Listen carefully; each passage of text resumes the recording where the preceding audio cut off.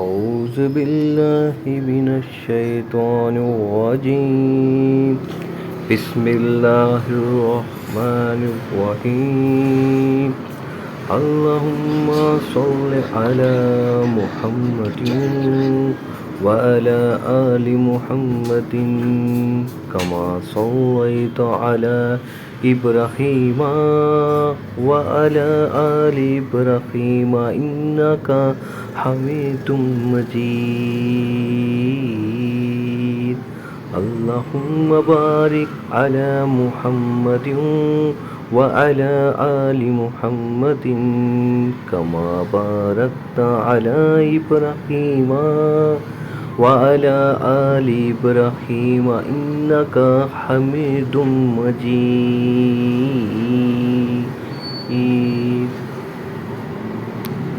سورة النساء آیات 41. فَكَيْفَ إِذَا جِئْنَا مِنْ كُلِّ أُمَّةٍ بِشَهِيدٍ وَجِئْنَا بِكَ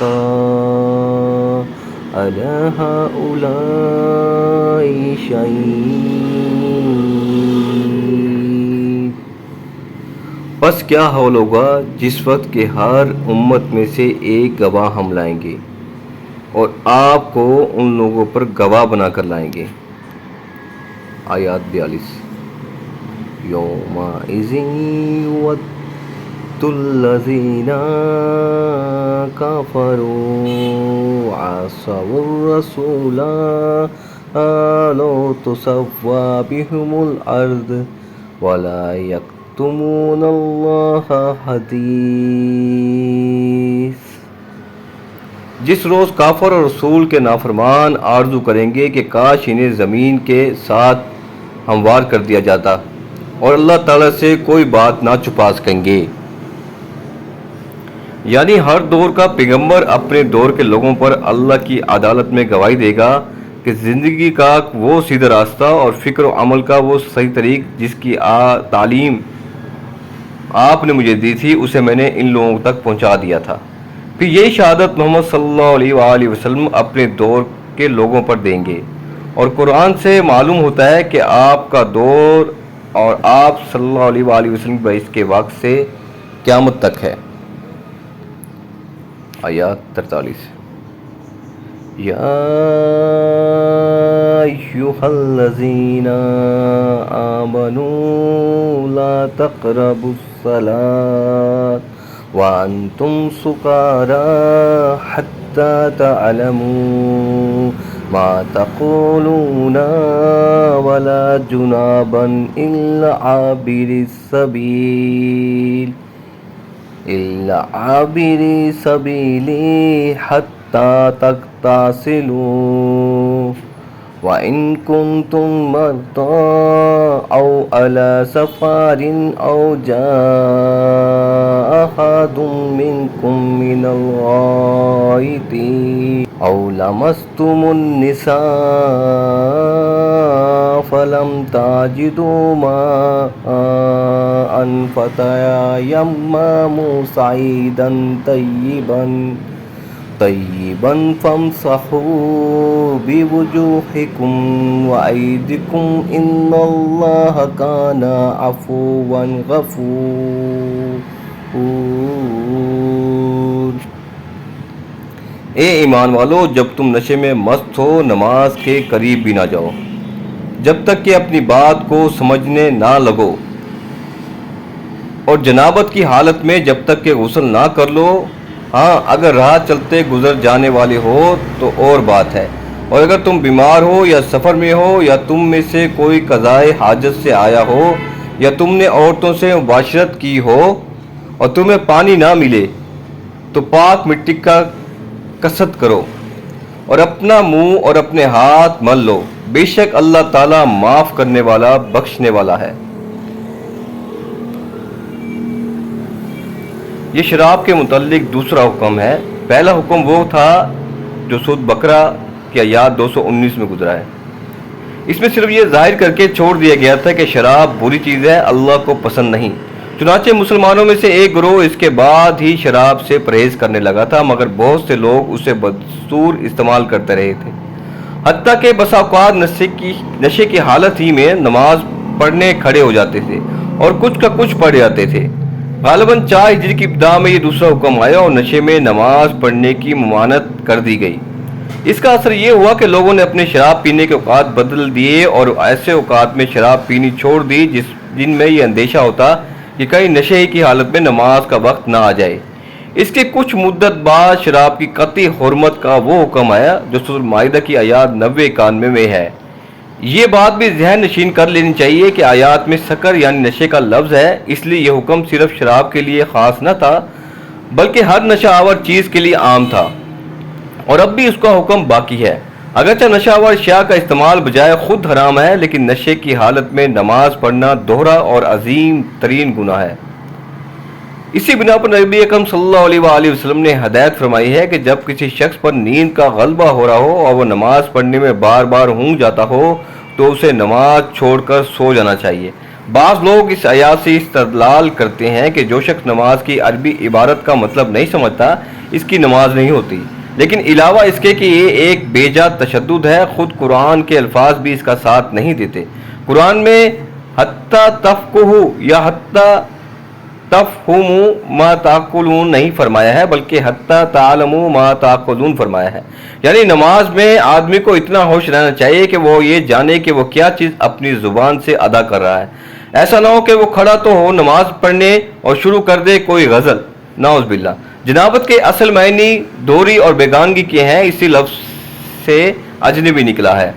اصطلاح شرع میں جنابت سے مراد وہ نجاست ہے جو قضائے شہوت سے خواب میں مادہ خارج ہونے سے لاحق ہوتی ہے، کیونکہ اس کی وجہ سے آدمی طہارت سے بیگانہ ہو جاتا ہے، اور جنابت کی بھی حالت میں مسجد نہ جانا چاہیے الا یہ کہ کسی کام کے لیے مسجد میں سے گزرنا ہو۔ اسی رائے کو عبداللہ بن مسعود، انس بن مالک، حسن بصری و ابراہیم رضی اللہ عنہ وغیرہ حضرات نے اختیار کیا ہے۔ دوسرا گروہ اس سے سفر مراد لیتا ہے، یعنی اگر حالت سفر میں ہو جنابت لاحق ہو جائے تو تیمم کیا جا سکتا ہے۔ رہا مسجد کا معاملہ تو اس گروہ کی رائے میں اجنبی کے لیے وضو کر کے مسجد میں بیٹھنا جائز ہے۔ یہ رائے حضرت علی ابن عباس، سعید بن جبیر اور بعض رضی اللہ عنہ اور بعض دوسرے حضرات نے اختیار فرمائی ہے۔ اگر اس امر میں قریب سب کا اتفاق ہے کہ اگر آدمی حالت سفر میں ہو اور جنابت لاحق ہو جائے اور نہانا ممکن نہ ہو تو تیمم کر کے نماز پڑھ سکتا ہے، لیکن پہلا گروہ اس مسئلے کو حدیث سے اخذ کرتا ہے اور دوسرا گروہ اس روایت کی بنیاد قرآن کی مندرجہ بالا آیات پر رکھتا ہے۔ اس امر میں اختلاف ہے کہ لمس یعنی چھونے سے کیا مراد ہے۔ حضرت علی ابن عباس، ابو موسیٰ اشعری، ابی بن قاب، سعد بن جبیر، حسن بصری رحمۃ اللہ عنہ اور معتزلہ عامہ کی رائے ہے کہ اس سے مراد مباشرت ہے، اور اسی رائے کو امام ابو حنیفہ اور ان کے اصحاب رضی اللہ عنہ اور امام سفیان ثوری نے اختیار کیا ہے۔ بخلاف اس کے حضرت عبداللہ بن مسعود، عبداللہ بن عمر رضی اللہ عنہ کی رائے ہے کہ بعض روایت سے معلوم ہوتا ہے کہ حضرت عمر بن خطاب رضی اللہ عنہ کی بھی یہی رائے ہے کہ اس سے مراد چھونا یا ہاتھ لگانا ہے، اور اسی رائے کو امام شافعی رحمۃ اللہ نے اختیار کیا ہے۔ بعض ائمہ نے بیچ کا مسلک بھی اختیار کیا ہے، مثلا امام مالک رحمۃ اللہ کی رائے ہے کہ اگر عورت یا مرد ایک دوسرے کو جذبات شیوانی کے ساتھ ہاتھ لگائیں تو ان کا وضو ساقط ہو جائے گا اور نماز کے لیے انہیں نیا وضو کرنا ہوگا، لیکن اگر جذبات شیوانی کے بغیر ایک کا جسم دوسرے سے مس ہو جائے تو اس میں کوئی مذائقہ نہیں۔ حکم کی تفصیلی صورت یہ ہے کہ اگر آدمی بے وضو ہو یا غسل کی حاجت ہے اور پانی نہیں ملتا تو تیمم کر کے نماز پڑھ سکتا ہے۔ اگر مریض ہے، غسل یا وضو کرنے سے اس کو نقصان کا اندیشہ ہے تو پانی موجود ہونے کے باوجود تیمم کی اجازت سے فائدہ اٹھا سکتا ہے۔ تیمم کے معنی کثرت کرنے کے ہیں، مطلب یہ ہے کہ جب پانی نہ ملے یا پانی ہو اور اس کا استعمال ممکن نہ ہو تو پاک مٹی کا کثرت کرو۔ تیمم کے طریقے میں فقہ ہے کہ درمیان اختلاف ہے۔ ایک گروہ کے نزدیک اس کا طریقہ یہ ہے کہ ایک دفعہ مٹی پر ہاتھ مار کر منہ پر پھیر لیا جائے، پھر دوسری دفعہ ہاتھ مار کر کونیوں تک ہاتھوں پر پھیر لیا جائے۔ امام ابو حنیفہ رحمۃ اللہ، امام شافعی، امام مالک رحمۃ اللہ اکثر فقہ کا یہی مذہب ہے، اور صحابہ تابعین میں سے حضرت علی، عبداللہ بن عمر، حسن بصری، شعبی اور سالم بن عبداللہ رضی اللہ عنہ وغیرہ ہم اس کے قائل ہیں۔ دوسرے گروہ کے نزدیک صرف ایک دفعہ ہی ہاتھ مارنا کافی ہے، وہی ہاتھ منہ پر بھی پھیر لیا جائے، اسی کو کلائی تک ہاتھوں پر بھی پھیر لیا جائے، کونیوں تک مسح کرنے کی ضرورت نہیں۔ یہ عطا، مخول اور اوزاعی اور احمد بن حنبل رحمۃ اللہ کا مذہب ہے۔ اور عموماً حضرت اہل حدیث اسی کے قائل ہیں تیمم کے لیے ضروری نہیں کہ زمین پر ہاتھ مارا جائے، اور اس غرض کے لیے ہر گرد آلود چیز اور ہر وہ چیز جو خشک اجزاء عرضی پر مشتمل ہو کافی ہے۔ بعض لوگ اعتراض کرتے ہیں کہ اس طرح مٹی پر ہاتھ مار کر منہ اور ہاتھوں پر پھیر لینے سے آخر طہارت کس طرح حاصل ہو سکتی ہے؟ لیکن در حقیقت یہ آدمی میں طہارت کی حس اور نماز کا احترام قائم رکھنے کے لیے ایک اہم نفسیاتی تدبیر ہے۔ اس سے فائدہ یہ ہے کہ آدمی خواہ کتنی ہی مدت تک پانی استعمال کرنے پر قادر نہ ہو، بہرحال اس کے اندر طہارت کا احساس برقرار رہے گا۔ پاکیزگی کے جو قوانین شریعت میں مقرر کر دی گئے ہیں ان کی پابندی وہ برابر کرتا رہے گا، اور اس کے ذہن سے قابل نماز ہونے کی حالت اور قابل نماز نہ ہونے کی حالت کا فرق امتیاز بھی محو نہ ہو سکے گا۔ آیات 44 أَلَمْ تَرَ إِلَى الَّذِينَ أُوتُوا نَصِيبًا مِّنَ الْكِتَابِ يَشْتَرُونَ الضَّلَالَةَ وَيُرِيدُونَ أَن تَضِلُّوا السَّبِيلَ۔ کیا تم نے نہیں دیکھا جنہیں کتاب کا کچھ حصہ دیا گیا اور وہ گمراہی خریدتے ہیں اور چاہتے ہیں کہ تم بھی راہ سے بھٹک جاؤ؟ علماء اہل کتاب کے متعلق قرآن نے اکثر یہ الفاظ استعمال کیے ہیں کہ انہیں کتاب کے علم کا کچھ حصہ دیا گیا ہے۔ اس کی وجہ یہ ہے کہ اول تو انہوں نے کتاب الہی کا ایک حصہ گم کر دیا تھا، پھر جو کچھ کتاب الہی میں سے ان کے پاس موجود تھا اس کی روح اور اس کے مقصد مدعا سے بھی وہ بیگانے ہو چکے تھے۔ ان کی تمام دلچسپیاں لفظی بحثوں اور احکام کی جزائیات اور عقائد کی فلسفانہ پیچیدگیوں تک محدود تھیں۔ یہی وجہ تھی کہ وہ دین کی حقیقت سے ناشنا اور دینداری کے جوہر سے خالی تھے، اگرچہ علماء دین اور پیشوان ملت کہے جاتے تھے۔ آیات 45 وَاللَّهُ أَعْلَمُ بِأَعْدَائِكُمْ وَكَفَى بِاللَّهِ وَلِيًّا وَكَفَى بِاللَّهِ نَصِيرًا۔ اللہ تعالیٰ تمہارے دشمنوں کو خوب جاننے والا ہے، اور اللہ تعالیٰ کا دوست ہونا کافی ہے، اور اللہ تعالیٰ مددگار ہونا بس ہے۔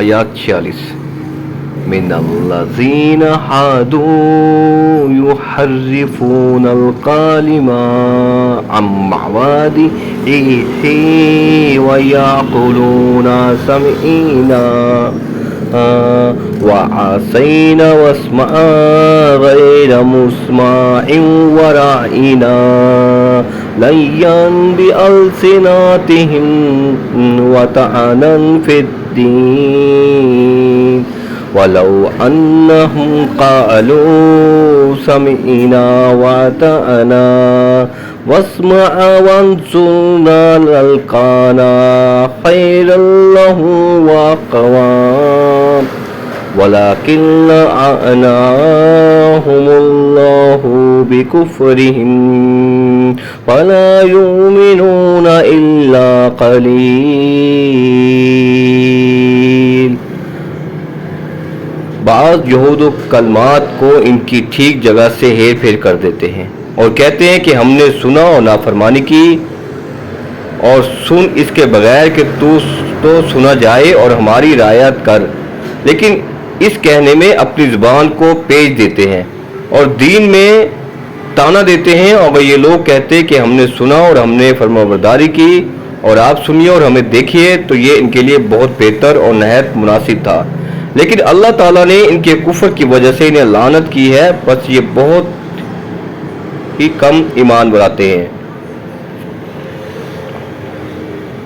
یہ نہیں فرمایا کہ یہودی ہیں، بلکہ یہ فرمایا کہ یہودی بن گئے ہیں، کیونکہ ابتداءً تو وہ مسلمان ہی تھے، جس طرح ہر نبی کی امت اصل مسلمان میں ہوتی ہے، مگر بعد میں وہ صرف یہودی بن کر رہ گئے۔ اس کے تین مطلب ہیں، ایک یہ کہ کتاب اللہ کے الفاظ میں رد و بدل کرتے ہیں، دوسرا یہ کہ اپنی تعویلات سے آیات کتاب کے معنی کچھ سے کچھ بنا دیتے ہیں، تیسرا یہ کہ جو لوگ محمد صلی اللہ علیہ وآلہ وسلم اور آپ کے پیرووں کی صحبت میں آ کر ان کی باتیں سنتے ہیں اور واپس جا کر لوگوں کے سامنے غلط طریقے سے روایت کرتے ہیں، بات کچھ کہی جاتی ہے اور وہ اسے اپنی شرح سے کچھ کا کچھ بنا کر لوگوں میں مشہور کرتے ہیں تاکہ انہیں بدنام کیا جائے اور ان کے متعلق غلط فہمیاں پھیلا کر لوگوں کو اسلامی جماعت کی طرف آنے سے روکا جائے۔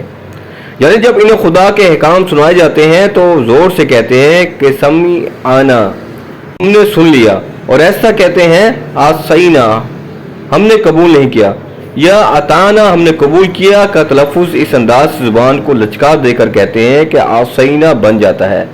یعنی دوران گفتگو میں جب وہ کوئی بات محمد صلی اللہ علیہ وآلہ وسلم سے کہنا چاہتے ہیں تو کہتے ہیں اسمع، سنیے، اور پھر ساتھ ہی غیر مسمعی بھی کہتے ہیں، جو دو معنی ہیں۔ اس کا ایک مطلب یہ ہے کہ آپ صلی اللہ علیہ وآلہ وسلم ایسے محترم ہیں کہ آپ کو کوئی بات خلاف مرضی نہیں سنائی جا سکتی، اور دوسرا مطلب یہ ہے کہ تم اس قابل نہیں کہ تمہیں کچھ سنائیں، نعوذ باللہ۔ آیات 47۔ یا ایھا الذین اوتوا الکتاب آمنوا بما نزلنا مصدقا لما معکم من قبل ان نطمس وجوہا فنردها على ادبارها او نلعنهم كما لعنا اصحاب السبت وكان امر الله مفعول۔ اے اہل کتاب، جو کچھ ہم نے نازل فرمایا ہے جو اس کی بھی تصدیق کرنے والا ہے جو تمہارے پاس ہے، اس پر ایمان لاؤ اس سے پہلے کہ ہم چہرہ بگاڑ دیں اور انہیں لوٹا کر پیٹھ کی طرف کر دیں، یا ان پر لعنت بھیجیں جیسے ہم نے ہفتے کے دن والوں پر لعنت کی ہے، اور ہے اللہ تعالیٰ کا کام کیا گیا۔ یہودیوں کی شرارتوں کے بیان کرنے کے بعد اب اس آیات میں انہیں ایمان کی دعوت دی اور درمی سے احکام خداوندی بجا نہ لانے پر وعید سنائی، کیونکہ یہود عالم تھے اور علم کی معرفت کے باوجود ہر ڈرمی سے کام لے رہے تھے۔ اس وعید کا تعلق یا تو قیامت کے دن سے ہے یا دنیا میں چہروں کو مسخ کر دینا مراد ہے، اور اصحاب سبت یعنی لعنت سے مراد یہ ہے کہ جس طرح ان کو بندر اور خنزیر بنا دیا تھا تمہیں بھی ویسے ہی بنا دیا جائے گا۔ اصحاب سبت کا جو قصہ ہے وہ آگے آ کے سورۃ اعراف میں آئے گا۔ اس وقت یہودی ہو یا نصرانی یا مسلمان، جب رسول اکرم صلی اللہ علیہ وآلہ وسلم کی امت ہیں، کلمہ پڑھنے والے، امت اجابات یعنی قبول کرنے لینے والے ہیں، اور دوسری امت دعوت یعنی جو آپ کی دعوت کے مخاطب ہیں۔ رسول اکرم صلی اللہ علیہ وآلہ وسلم کا فرمان ہے قیامت سے پہلے شکلوں کے بدل جانے، زمین میں دھس جانا اور پتھروں کی بارش کے واقعات رونما ہوں گے۔ اور سہل بن سعد رضی اللہ عنہ سے روایت ہے کہ رسول اکرم صلی اللہ علیہ وآلہ وسلم نے فرمایا آخر زمانے میں زمین میں دھسنا، پتھروں کی بارش اور شکلوں کا بدل جانا واقعہ ہوگا۔ پوچھا گیا ہے اللہ کے رسول صلی اللہ علیہ وآلہ وسلم یہ کب ہوگا؟ آپ صلی اللہ علیہ وآلہ وسلم فرمایا جب باجے گاجے اور گانے والیاں عام ہو جائیں گی اور شراب حلال کر لی جائے گی۔ اب بھی اہل کتاب اور ان کی روش پر چلنے والے مسلمانوں کو ان عذابوں سے ڈر کر توبہ کرنی چاہیے۔ آیات 48۔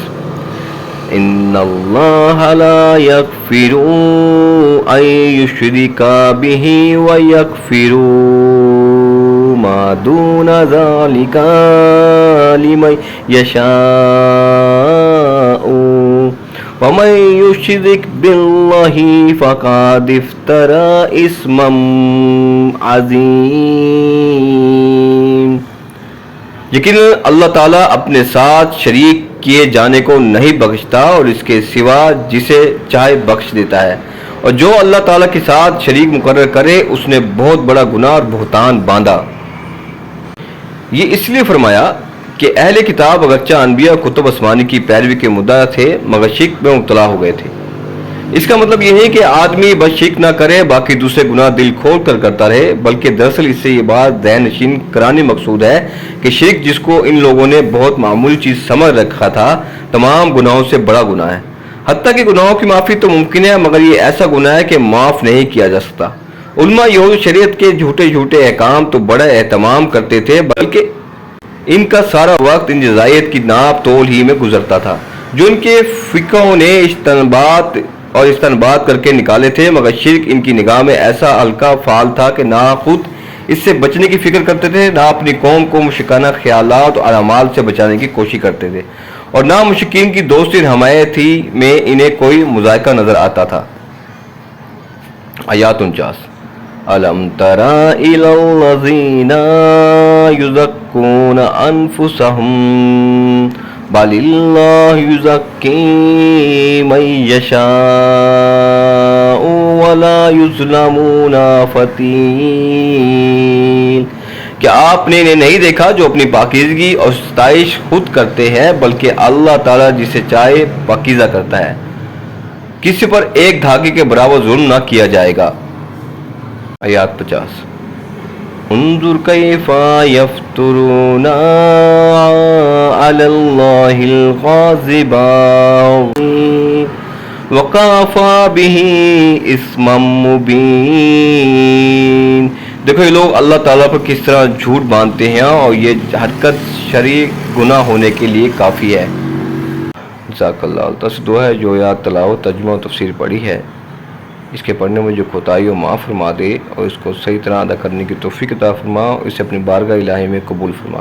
اور اللہ سے دعا ہے جو آیات تلاوت، ترجمہ و تفسیر پڑھی ہے، اس کو سمجھنے، اس پر عمل کرنے اور اسے دوسروں کو پہنچانے کی توفیق عطا فرمائے۔ اللہ تعالیٰ ہم سب کو قرآن شریف کو ترجمے کے ساتھ پڑھنے، سمجھنے، اس پر عمل کرنے اور اسے دوسروں کو پہنچانے کی توفیق عطا فرمائے۔ جزاک اللہ۔